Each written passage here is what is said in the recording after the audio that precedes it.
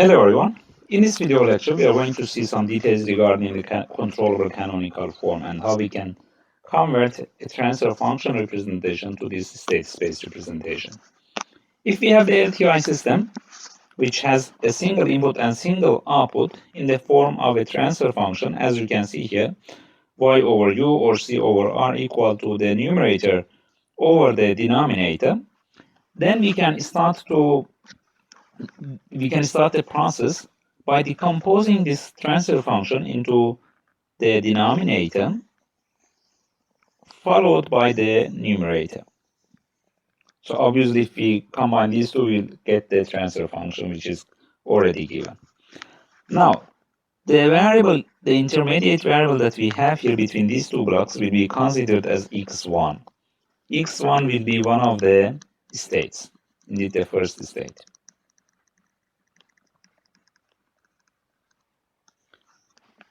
If we find the relation between the output C and the input x1, we see that C of S is equal to x1 times b2 s squared plus b1 s plus b0.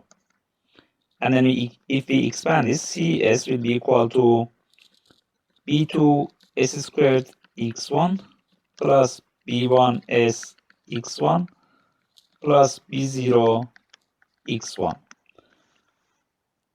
If we convert this into the time domain, C of t will be equal to b2 second derivative of x with respect to time plus b1 first derivative of x1 with respect to time, so this is also x1, plus b0 x1. And then we will consider this as b2 x3 plus b1 x2 plus b0 x1. So we have formed the other two state variables over here by saying that dx1 over dt is equal to x2 and d2x1 over dt squared is equal to x3. So we have the x2 again is equal to dx1 over dt, x3 is equal to second derivative of x1 with respect to time, and it also is equal to the first derivative of x2 with respect to time. So we can say that x2 is equal to x1 dot, x3 is equal to x1 double dot, which is equal to x2 dot. So we have a relation between the for our states indeed, yeah. We at our final aim would be to find this equation. X dot is equal to ax plus bu. Now we have it for x1 dot. So x1 dot is equal to x2. x2 dot is equal to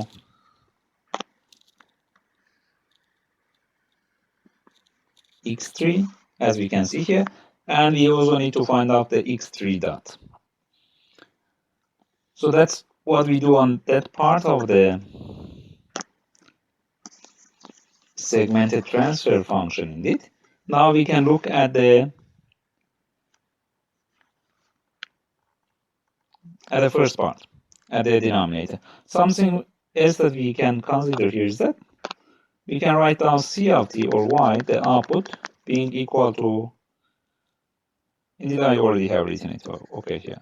So b2 x3 plus b1 x2 plus b0 x1. Please also pay attention that the b2, b1, and b0 are the coefficients that we have for the polynomial at the numerator. So we have b2, B1, and B0. So indeed, when we have the transfer function, next time we don't need to go through all these steps. You can just pick the you pick the coefficients directly and plug them here. So that's what you get for C of t. And on the other hand, we also know that C or y is equal to Cx plus du. So we already have the C matrix over here, yeah? C will be equal to B0,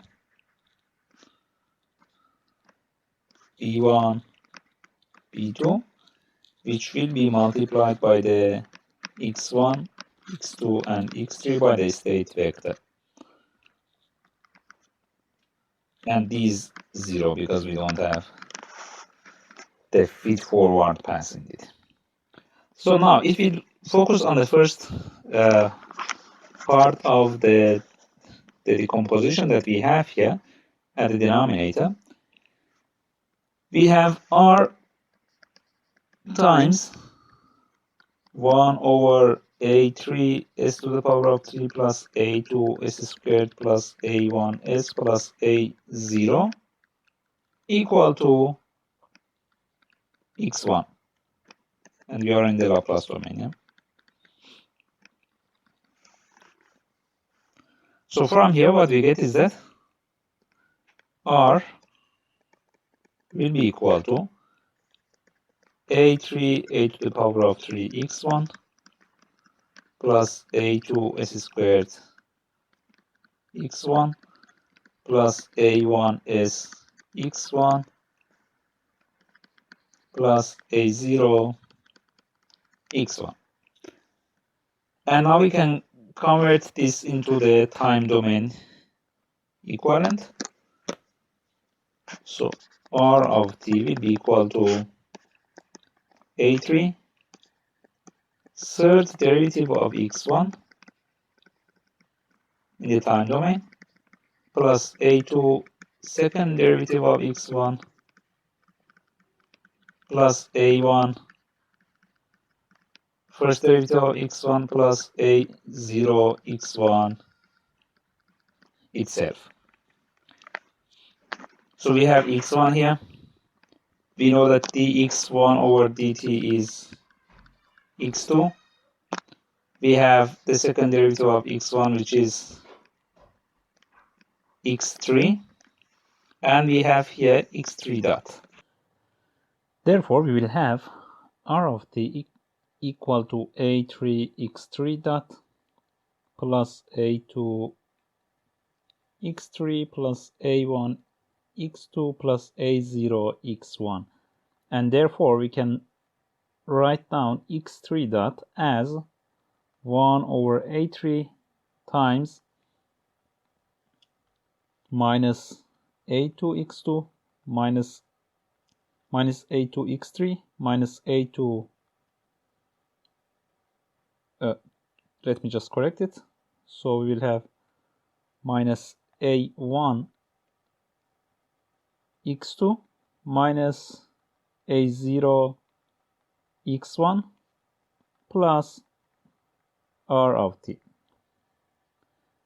And finally, we can, if we consider the other equations that we have for x1 dot equal to x2 and x2 dot is equal to x3, if we consider all these three together, we will have x1 dot, x2 dot, and x3 dot equal to a 3 by 3 matrix times x1, x2, x3, while for x1 dot we have it equal to x2, so we'll have 0, 1, 0. For x2 dot we have it equal to x3, we will have 0, 0, 1. And for x3 dot we will have minus, so this term will appear first, minus a0 over a3. Then for x2 we'll have minus a1 over A3, and for x3 itself we will have minus A2 over A3, and then we'll have 0, 0, 1 over A3 times R of t. And over here you can see that this will be our A matrix. So we'll have x dot equal to A times x plus B times u, and B is in the form of a vector that you see here, 0, 0, and 1 over A3. So once the transfer function for the system is given, you can refer to the coefficients A0, A1, A2, A3, and then find the state space representation in this form, in the control canonical form. You can see the summary of the control canonical form in this slide. We have x dot equal to A times x plus B times u. And for y, for the output, we have it in the form of C times x, and we already have shown it over here. So C will be in the form of a vector with the elements as B0, B1, and B2. A matrix, the system matrix, is shown here, and B will be also in the form of a vector with 0, 0, and 1 over A3 as the elements. The control canonical form representation can also be shown in the form of block diagram. Here we will have multiple integrators, one after the other. We have 3 states in this case. As you remember, for this example, we have x1, x2, and x3 as our states. Therefore, our block diagram system will include 3 integrators. One is here, second one is here, and the third one will be here. The output of the integrators will be our states. So we have x1 here as the output of the last integrator. The output of the previous integrator is x2, and the previous one is x3. So you can see that the input to the integrator is one state, and output is the other state, yeah. And that's because of the way that we have formed the state variables. x1 dot is equal to x2. Yeah, we already know that. x1 dot is equal to x2. x2 dot is equal to x3. And if you had more state variables, we will continue like this until we reach the last state. For x3 dot, we have it over here. So if we have x3 as the output of the first integrator here, we will have x3 dot here. So this is x3 dot. And for x3 dot, we know that it's in the form of a summation of minus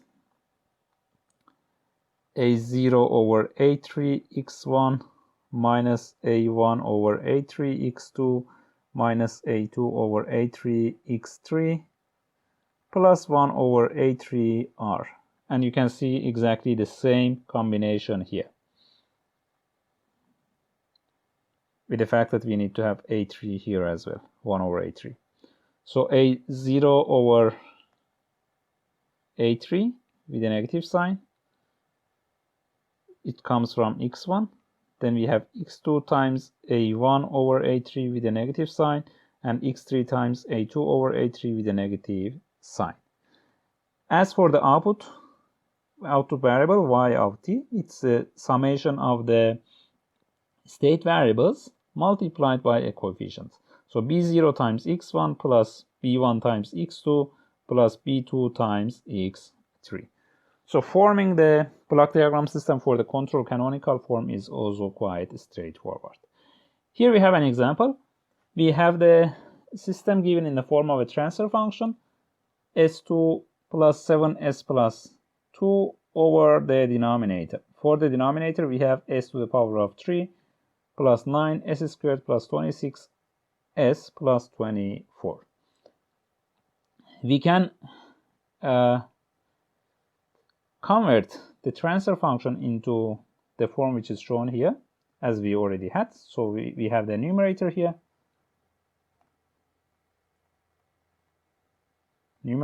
and here we have the denominator. x1 of s is here. That will be one of the states that we have, x1 indeed, and we have the output here. We can directly form the block diagram system. Block diagram representation for this system. Y of t will be summation of the states with the coefficients that we have here. So x1 will be multiplied by 2, then x2 will be multiplied by 7, and x3 will be multiplied by 1, which is the coefficients for s squared. And then we have the other state variables as x1, x1 we already have it, x2 and x3, and then here we will have x3 dot. Then you can see the coefficients for the which are indeed multiplied by the state variables in order to form x3 dot. Something to notice here is that a3 in this case is equal to 1. So these are indeed divided by 1. That there is no need to show them. But on the other hand, the other coefficients are shown. 24 is here, 26 is here, 9 is here. And then we have the block diagram representation for the system. For the system, since for the denominator we have a polynomial of the third order, we had 3 poles for the system, and as a result we had 3 state variables. Here we have another example where we have the transfer function given and we want to find the state space representation in the controllable canonical form. Numerator is equal to 24, and at the denominator we have a polynomial of third order. So we'll have 3 variables, 3 state variables. We can also form the differential equation between the input and the output. R is the input to the transfer function and C is the output. We need to determine the state variables. x1 could be considered as the output itself. So output could be defined in this case easily. It will be equal to state number 1. Then for the second state, we consider the first state derived with respect to time. So we have x1, which will be equal to c. Then x2 will be equal to x1 dot. We already know this. Or maybe I can write it in this form. x1 dot will be equal to x2. And x2 dot will be equal to x3. You can also see the relation between x3 and x1. So we will have x1 double dot. Then we can easily find the x3 dot. As we were doing for the previous examples, it will be equal to minus 24 over 1 if you wish. We have 1 here. Times x1 minus 26, x2 minus 9, x3 plus 24 times the input or R. So the coefficients that we have here, they come directly from the coefficients that you see over at the denominator. And then for the output y, we have it equal to x1 or c. So that it's quite straightforward, yeah, to convert the transfer function into the controllable canonical form.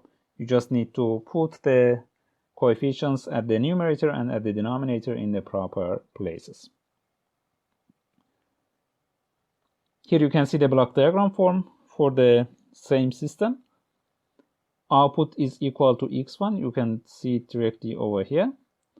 Then here we have x1 x2 which is x1 dot, x3 which is x2 dot, and x3 dot which is equal to summation of all those signals.